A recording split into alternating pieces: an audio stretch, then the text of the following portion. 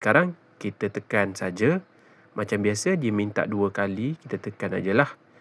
Itu pun sebenarnya bug lagi lah tu. Ini semua file yang akan siap lah nanti. Kita dah import, jangan buat apa-apa. Biarkan dia macam ni. Okay, kita pergi balik dekat yellow ni. Kita main macam biasa saja. So benda ni emulator dan juga mod dalam satu file yang sama, dalam satu aplikasi yang sama. Okay, nampak dia dah on, dia dah start up. Sekarang kita sengitkan phone ni.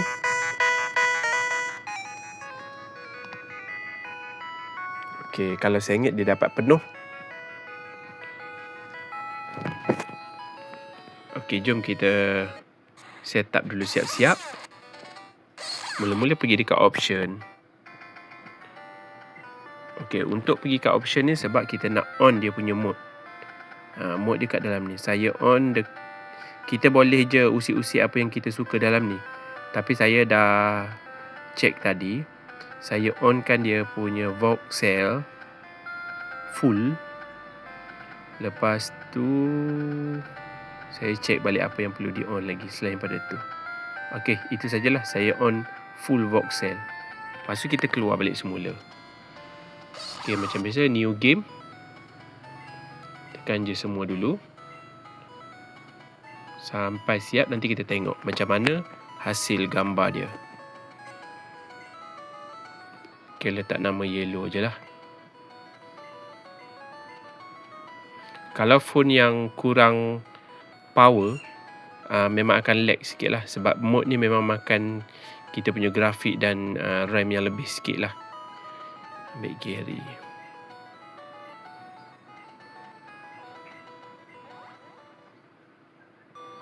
Okay, ni mode yang dah siap. So sekejap lagi kita keluar pada rumah ni akan nampak lebih cantik. Dekat sini pun dah boleh nampak kan. Dah ada kelainan sikit kan. Sekejap cakap dengan mak dia.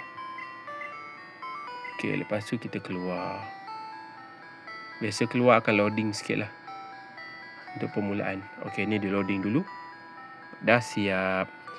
Ada shadow, ada 3D, ada tilt shift dan ada perubahan color dan juga lain-lain grafik lah.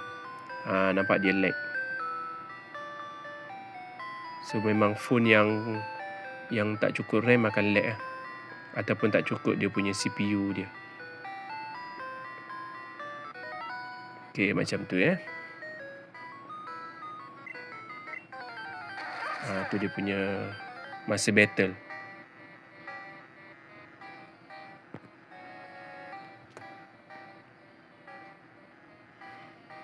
Okay, itu saja video untuk kali ini. Assalamualaikum dan salam sejahtera.